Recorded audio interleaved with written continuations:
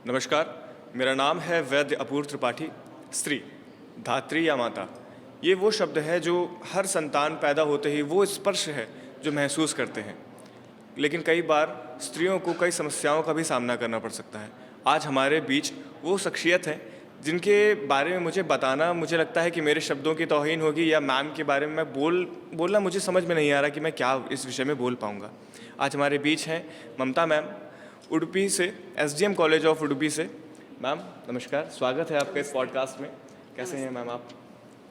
Ma'am, वर्तमान परिप्रेक्ष्य में हम देख पा रहे हैं कि स्त्रियों को कई अलग अलग समस्याओं का सामना करना पड़ रहा है, जिसमें एक बहुत टर्म एक बड़ा फेमस हो गया है पीसीओडी, जिसको देखो आपको पीसीओडी हो गया है या लोग बताते रहते हैं पीसीओडी हो गया। एग्जैक्टली होता क्या है पीसीओडी और आयुर्वेद इसको किस दृष्टिकोण से देखता है? ये पीसीओडी का पूरा फॉर्म है पॉलीसिस्टिक ओवेरियन डिसीज। जी। ये वैसे तो है, जब बीज ग्रंथि हम कहते हैं, गर्भकोश के जो बगल में रहता है उसका एक व्याधि है, लेकिन वो वहाँ के लिए सीमित नहीं होता है। It is not limited only to the ovaries, it is even spreading even beyond this ovary and it is affecting the entire health of the female. So उसमें जब शुरू होता है तो शुरू में तो इरेगुलरिटी ऑफ मेंस्ट्रुएशन से शुरू होगा। जब इरेगुलरिटी ऑफ मेंस्ट्रुएशन होता है तो वो अगेन एक चीज़ के लिए सीमित नहीं होता है। किसी किसी पेशेंट में महीनों भर महीना नहीं हो सकता है, 6 महीने, 3 महीने, 4 महीने महीना नहीं हुआ, ऐसा भी हो सकता है। या तो फिर महीना होता है तो स्पॉटिंग थोड़ा करके मतलब हफ्तों भर चलता रहता है, ये भी हो सकता है। या तो फिर किसी को महीना चल गया तो फिर रुकने का नाम नहीं लेता है, हफ्ते भर चलता रहता है और ज़्यादा भी हो सकता है, ब्लीडिंग ऐसा चलता है। ऐसा मेंस्ट्रुअल इरेगुलरिटीज़ आ सकते हैं एक तो। उसके बाद जो ओवरी है उसका मॉर्फोलॉजी, मतलब वो फिजियोलॉजी सिर्फ नहीं, कार्य सिर्फ नहीं, उसका जो स्ट्रक्चरल है बनावट में ही बदलाव आना शुरू हो जाता है। उसके साथ ही साथ जो औरत के शरीर में होना चाहिए वो वाले हार्मोन की जगह में जो मेल वाला हार्मोन, लड़कों में जो हार्मोन होता है वैसा हार्मोन्स आने लगते हैं।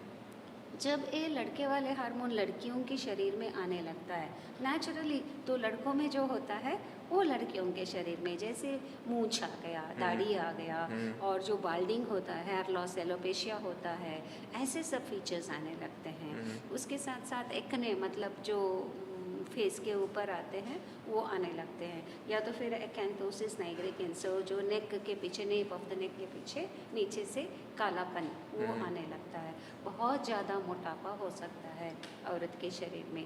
सो ये सारे चीज़ जब एडोलेसेंट, ये डिसीज़ पर्टिकुलरली होता है एडोलेसेंट एज ग्रुप में। जो एडोलेसेंट एज ग्रुप में जब अकस्मात एकदम से वेट बढ़ना शुरू होता है, जैसे कि एक साल में 8 केजी बढ़ गया, 7 केजी बढ़ गया, 10 केजी बढ़ गया, ऐसे जब बढ़ने लगता है तो पूरा इसका ट्रायड शुरू हो जाता है। इसी को, ये पूरा सिम्टम को पॉलीसिस्टिक ओवेरियन सिंड्रोम बोलते हैं। जब वो ओवरी में ही लिमिट रहता है तो वो पॉलीसिस्टिक डिजीज़ होता है। तो ये यहाँ से जाके फिर आगे बढ़ता एथेरोस्क्लेरोसिस भी हो जाता है, और उसके टाइप 2 डायबिटीज मेलाइटस, मतलब मधुमेह होने की भी संभावना रहता है। ऐसे सारे डिसीज़ उसके होते हैं। इसे मैम हम आयुर्वेदिक दृष्टिकोण से कैसे समझ सकते हैं?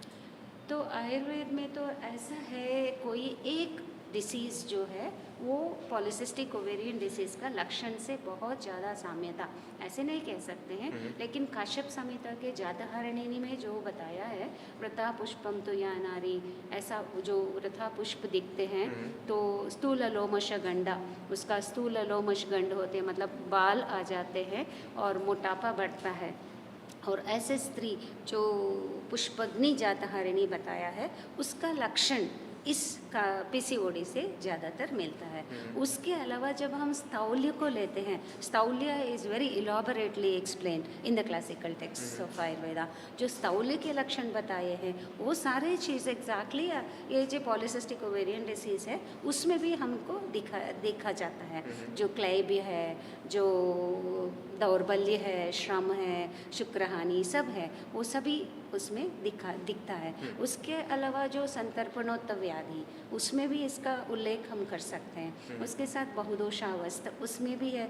रक्तदोष में भी जो पॉलीसिस्टिक ओवेरियन डिसीज़ का मैनिफेस्टेशंस है, उसके कुछ फीचर्स मतलब दिखते हैं हमें। तो ये सारे मिला के जो जो दोष उसमें है, जिस लक्षण के मुताबिक हमको इसका ट्रीटमेंट करना चाहिए। अगर हम मैम वर्तमान परिप्रेक्ष्य की बात कर रहे हैं तो देखिए व्याधियाँ तो पहले भी होती थी, व्याधियाँ अब भी होती हैं, लेकिन क्या पहले के समय से अब के समय में व्याधियों में कुछ विशेष व्याधियों ने भी खुद को डेवलप कर लिया है क्या?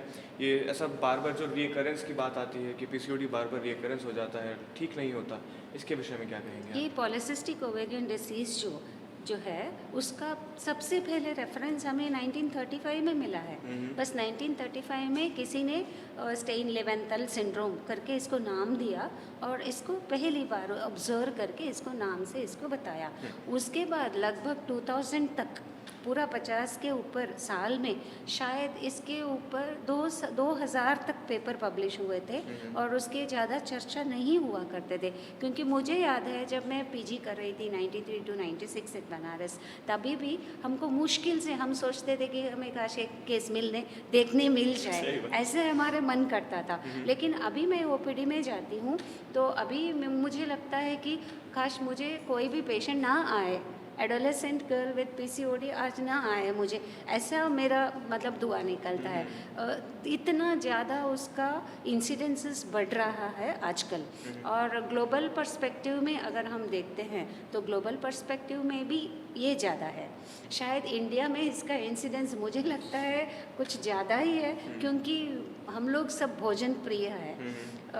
जब वेस्टर्न कंट्रीज़ में देखते हैं हम तो वो लोग बहुत कम खाते हैं और उनकी खाने की वैरायटीज़ भी बहुत कम है और they are very particular about the calories of what they take in, and उसको खर्चा करने में भी उनका एकदम मेटिकुलस उनका एटीट्यूड होता है। Whereas when it comes to India, Indian girls और इंडियन पॉपुलेशन, हमारा इतना ज़्यादा कुछ रहता नहीं है। खाने तो हम बहुत एंजॉय करके हम खाते हैं, इसलिए कैलोरी इंटेक ज़्यादा हो रहा है हमारा। और कैलोरी एक्सपेंडिचर के बाद अगर आई तो कैलोरी एक्सपेंडिचर आजकल की जो लाइफस्टाइल है तो उसमें बहुत कम हो गया। अगर हमको ही अब देखें, जब हम लोग बचपन में थे इतने सारे घर का कामकाज करना पड़ता था हर एक लड़की को, ताकि वो झाड़ू हो या पोछा लगाना हो या घर का मतलब ग्राइंडिंग हो या कपड़ा धोना हो। अभी तो सारे मिशन उसकी जगह ले लिया।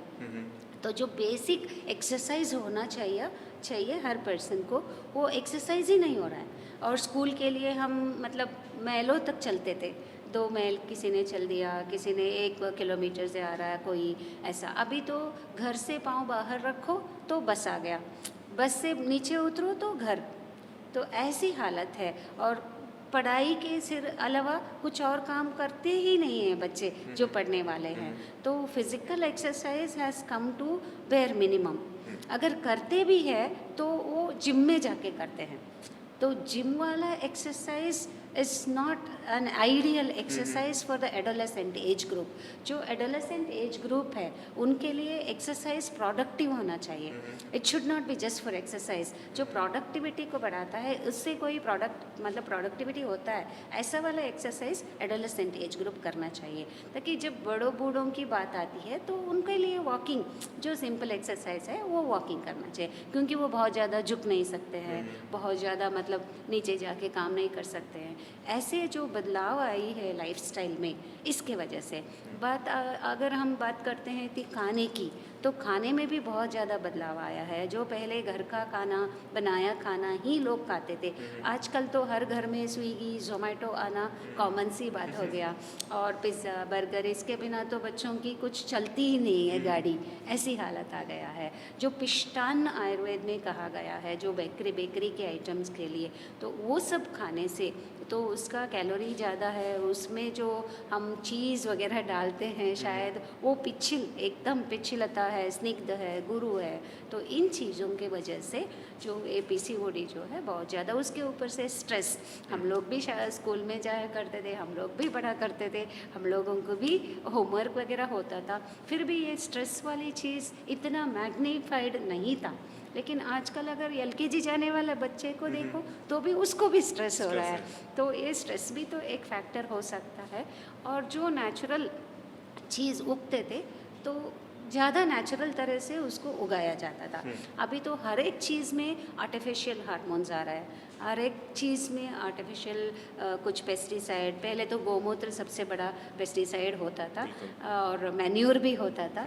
अभी हर चीज़ में मैन्योर केमिकल है, हर चीज़ में पेस्टिसाइड है, इंसेक्टिसाइड है और प्लांट हार्मोन्स दिया जाता है। अगर चिक्स की बात करें, जो नॉन वेजिटेरियन है, चिक्स की बात करें, वो चिक्स को बड़ा करने के लिए ईस्ट्रोजन इंजेक्टेबल्स देते हैं। उसके बाद जो मिल्किंग काउज है उनके लिए भी ऑक्सीटोसिन इंजेक्ट किया जाता है ज़्यादा मिल्क प्रोडक्शन के लिए। कहीं से कहीं किसी तरह से मुझे लगता है ये सारे चीज़ मिलके दूषी विष के तरह से हमारे बॉडी में एंटर करके उनका असर हमारी हार्मोन के ऊपर पड़ रहा है। और इसी वजह से जो एंडोक्राइन डिसरप्टर केमिकल्स हम कहते हैं, तो एंडोक्राइन डिसरप्टिंग केमिकल के तरह से ये काम करके ये सारे डिसीज़ का कॉज बनते जा रहे हैं, ऐसा मुझे मतलब ऐसा लगता है। इसी की वजह से पॉलीसिस्टिक ओवेरियन डिसीज़ का इतना ज़्यादा इंसिडेंसेस हमें लगने मतलब आने लगा है। एक एंगल से अगर हम देखते हैं तो अभी का incidence of this polycystic ovarian disease 30% है। और polycystic ovarian disease is inherited for 3 generations. Studies तो बोलते हैं if you are pregnant, you are not only pregnant for your daughter, you are pregnant for your granddaughter also. तो आपका grand daughter के जो diseases है, grand daughter के जो फीचर्स है, उसके लिए भी आप इनहेरिट कर रहे हैं, उसको भी आप उसको दे रहे हैं। तो ये जो पॉलीसिस्टिक ओवेरियन डिसीज़ का जीन्स है, तो आप ग्रैंड डॉटर के लिए भी आप भेज रहे हैं गिफ्ट। तो इसलिए ये 30% नेक्स्ट जनरेशन में जाके ये 30 प्लस उस जनरेशन का 60% हो गया। और थर्ड जनरेशन में जाते जाते मुझे लगता है 100% of our adolescent age group will be affected with this polycystic ovarian disease. और वो वहीं तक नहीं रखता है। जब पॉलीसिस्टिक ओवेरियन डिसीज़ आता है उसमें उन लोगों में 5 times increased risk of having diabetes mellitus, impaired glucose tolerance, ये सभी चीज़ आ जा रही है। तो किसी न किसी तरह से मुझे लगता है ये भी एक रीज़न बन रहा है क्यों India is becoming capital of diabetics. मैंने एक चीज़ शायद नहीं बताई, मैम एसडीएम कॉलेज में मैम प्रधान अध्यापक हैं। इसके अलावा मैम विगत 30 वर्षों से अलग अलग कॉलेजेस में जाके, स्कूल्स में जाके बच्चों को, जो यंग बच्चे हैं, जो बालिकाएं हैं वहाँ पर पढ़ रही हैं, सीख रही हैं, उनको इसके विषय में जानकारी देते हैं कि आप कैसे खुद को स्वास्थ्य लाभ में रख सकते हैं, कैसे स्वस्थ रह सकते हैं। तो मैम कैसे एक कोई जो बच्ची है जो अभी अपने स्कूल में ही है या बढ़ रही है धीरे धीरे, वो कैसे शुरुआती दौर में ही इस चीज़ को समझ सकती है, या उसके पेरेंट्स अगर वो सुने तो वो कैसे समझ सकते हैं शुरुआती दौर में कि हमारी बेटी को ये परेशानी हो रही है और उसको सही समय रहते किसी वैद्य से, किसी डॉक्टर से बात करके उसको ठीक कर सकते हैं। एक जो है, जैसे मैंने बताया, जो हमारी फूड आर्टिकल जो हम खा रहे हैं, जैसे वेस्टर्न जो रिसर्चर्स है अभी हमको बता रहे हैं कि हमारा जो ब्रेकफास्ट है उसका कॉम्पोजिशन ऐसे होना चाहिए कि कार्बोहाइड्रेट इज़ टू प्रोटीन का रेशो 3:1 पे आना चाहिए। जो हमारे यहाँ पहले से देते आ रहे हैं, इडली, डोसा वगैरह जो भी है, उसमें कॉम्पोजिशन ऑफ राइस एंड उड़द दाल का प्रोपोर्शन 3:1 ही होता है। तो what is said by the American researchers, तो हमारे ट्रेडिशन है उसको वो लोगों ने इन्वेंशन करके जैसे नया चीज़ बता रहे हैं ऐसे उन्होंने रिसर्च में फाइंड आउट करके बता दिया। जो हमारा ट्रेडिशनल सीक्रेट्स जो भी है, तो जैसे था जब बच्ची बड़ी होती थी, प्यूबर्टी में आती थी, तो घर में एक ट्रेडिशन होता था, मुझे पता नहीं है नॉर्थ इंडिया का ज़्यादा, जो साउथ इंडिया में होता था उसको 10-15 दिन के लिए बहुत अच्छा न्यूट्रिशियस डाइट दिया जाता था। मेथी का, तिल का, ये सारे लड्डू बना के दिए जाते थे। ये सारे चीज़ कहीं ना कहीं उसका HPO एक्सिस में, जो मेथी तो बहुत अच्छी चीज़ है, मेंस्ट्रुअल रेगुलेटर है वो तो, और तिल भी है ऐसा आर्त प्रवर्तक है, जो ये सारे चीज़ उसके शरीर में ये वाले भाव को बढ़ाते थे। और ये जो ट्रेडिशनल सीक्रेट्स है तो इसको हम धीरे धीरे खोते जा रहे हैं। और जो प्रेगनेंसी से पहले जो किया करते थे, और pregnancy, during pregnancy what all rituals we use to follow, diet restrictions we use to follow, during सूतिका परिचर्या हम जो करते थे, धीरे धीरे करके वेस्टर्नाइज होते होते हम ये सारे जो हमारा ट्रेडिशनल सीक्रेट्स है, ट्रेडिशनल इनहेरिटेंस है, वो सारे राज हम भूल रहे हैं। ऐसे ही चलते बने हम, तो शायद अभी 10-20 साल में ये हमारा इतना रिच ट्रेडिशन था उसको खो बैठेंगे। जो कनेक्टिंग जो है हमें, जो हमारे एंसेस्टर से मिला है, ये ट्रेडिशनल सीक्रेट्स, इसको अगर हम नेक्स्ट जनरेशन को पास ऑन नहीं करेंगे तो somewhere we will lose it. जैसे लंघन के लिए नोबेल पुरस्कार अभी जापान को मिला है। हम लंघन को व्रत मान लेते कि हमने व्रत रख लिया, वो लंघन हो गया, वो सारा हो गया, पर हम उसकी वास्तविकता को नहीं पहचान पाए, क्योंकि लंघन और व्रत में तो अंतर है। लंघन तो एक वैद्य द्वारा सजेस्ट करना चाहिए, लघु भोजन जो ले रहे हैं दैट इज लंघन। व्रत तो फिर धार्मिक परिप्रेक्ष्यता में आ गया बात। लेकिन ये जो उपवास का परिप्रेक्ष्य है, उपवास का जो इंटेंशन है, वो भी तो किसी तरह से लंघनी था। बिल्कुल लंघनी था। एक दिन GIT सिस्टम को रेस्ट दो भाई, सारा दिन खाते नहीं रहो, एक दिन के लिए रेस्ट दो ताकि वो अपने आप को क्लेंस कर दे। ये रीज़न था। सारे हमारे जो ट्रेडिशन है सब एक दूसरे से जुड़े हैं और हेल्थ से सब मिलके हेल्थ को बढ़ाने में लगे हैं। ऐसे ही था, ऐसा नहीं है कि ये सिर्फ धार्मिकता है उसमें। अब रामनवमी की पानक लीजिए, तो रामनवमी के पानक क्यों बनता है? उस समय में जो कफ बढ़ता है तो उसको शमन करने के लिए उसमें जो पड़ते हैं चीज़, गुड़ हो या ये काली मिर्च हो, ये सारे कफनाशक है। और जब दिवाली आती है, नवरात्रि आती है, तो सारी मीठी चीज़, उसमें कहीं ये नहीं आता है। तो क्यों आता है? वो तो पित्त प्रकोप सीज़न है। सो पित्त के सीज़न में सारा मीठा दो तो पित्त कम हो जाएगा। तो हर फेस्टिवल का अपना कुछ है। आपके घर का प्रसाद या मंदिर में मिलने वाला प्रसाद भी औषधालय से निकली हुई औषधि है, ऐसा मान के हम उसको भी ले सकते हैं। सही बात है, सही बात है। आपका किचन आपका औषधालय है, अब आपका मंदिर भी आपका औषधालय है। आप अगर इस तरह से इस भावना को लेकर चले, क्योंकि हमारे एंसेस्टर्स ने मेरे ख्याल से काफ़ी रिसर्च के बाद ही ये एक रूल्स बना दिए हैं कि त्यौहार में आप यही प्रसाद मिलेंगे। वो ज़रूरी नहीं था, वो और भी कुछ दे सकते थे, कोई मिठाई दे सकते थे। उन्होंने उसका स्पेसिफिक वर्णन उसी समय पर क्योंकि आयुर्वेदिक क्षेत्र की बात करता है, काल की बात करता है। तो मैम, जैसे लाइफस्टाइल डिसऑर्डर की अगर हम बात करें, क्योंकि अगर हम PCOD देखें तो एक तरह से लाइफस्टाइल डिसऑर्डर भी मान सकते हैं। तो जैसे हम बात करते हैं कि बीज की, अगर बीज शुद्ध होगा, बीज अच्छे से पोषित होगा, तो एक अच्छा वृक्ष बनेगा, तो उससे अच्छे फल निकलेंगे।